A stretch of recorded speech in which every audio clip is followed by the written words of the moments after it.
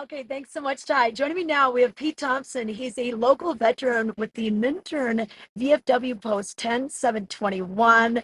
And Pete, you and your crew have been leading the parade for a couple of decades now. That's correct. It's the 4th of July.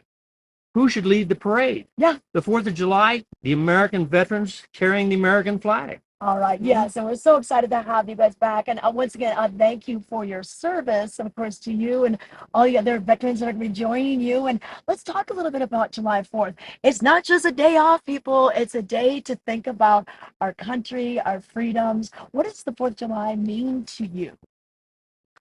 This 4th of July, it's the 246th anniversary of the birth of this country and of the privileges and rights that come with it. And maybe it's the greatest country in the history of mankind. And I've got to live 77 years with those privileges and those rights. And that means I got to go to college where I wanted to. And I got to study to become the profession that I wanted to. And I have lived in countries where those rights and privileges were not automatic and were not given by the Constitution. So this really is an extraordinary country.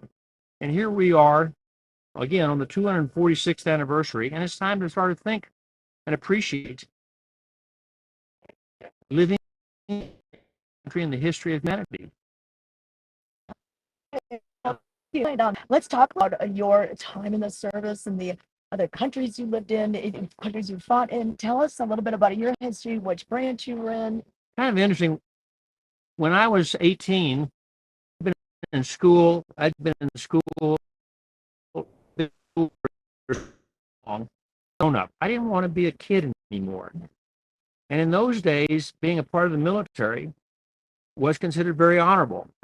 I don't know if that's such a strong feeling in America anymore these days, but in those days, in '65, it was very honorable for young people to serve in the military and serve their country. And I was very happy. I went and I tried to go to officer candidate school and became an officer. And because of the conflict that was going on in Southeast Asia at the time, I was sent over there. And I actually served in combat in Vietnam for a year and came home and served 5 or 6 more years in the military. And again, I'm still very proud of it because here I am ready to march in a parade and honored because you get to the front of the parade with the flags. And as we turn the corner and we see all those young people waving their American flags, wow, it gives us a great feeling of privilege and wonder. It definitely does. Oh yeah, it's so great to just have that whole spirit and everything we're going to be feeling today. It's just a good reminder. We're in the middle of America, and here are all these streets, these beautiful streets and this beautiful weather, lined with so many people who honor we soldiers and have fun with the parades and the floats and the candy and all that. But again, remember, it is the 4th of July. It is the founding of maybe the in the history of time. You went full 6 years. I wish you would join us, and you'd be right with us veterans, right up front. Okay, I'll be pretty close. I'm going to be emceeing the parade, and we're going to have Emma doing the national anthem. It's just going to be a beautiful, wonderful day. And thank you so much to the Minturn VFW Post 10721. You guys do so much all throughout the year, not just on the 4th of July, but you really do a lot for our community. It's a great community, and we're proud to do that, and proud to represent the military because, excuse me for it, my military is one of the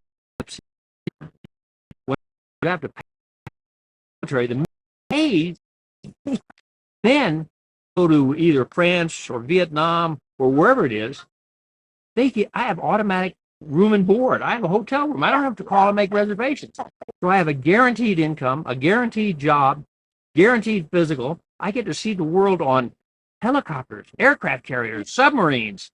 How many civilians get that privilege and that wonder? And the final thing is, I think most people think of it, we're not all combat. In fact, 90% of veterans are non-combat. Only 10% of us are combat-trained soldiers. And so, who wants to get a free trip around the world, all expenses paid, and training on a submarine in a helicopter? Yeah, you And can be the recruiter. and get paid to do that. Yeah. I think it's one of the best kept secrets in America. Hey, thank you so much for your time today. Great. And I know we got to get things rolling because we got to head over to Gold Peak. That's where the floats are getting ready. I know you've got a list of things to do before you're leading the parade, but thank you so much, sir. Good to see you. We'll have a great day. Yeah. You're the MC, and Emma's singing the national anthem. And he's I going to be making announcements. I will be introducing you, Emma. Okay, all right. Well, Ty, any questions?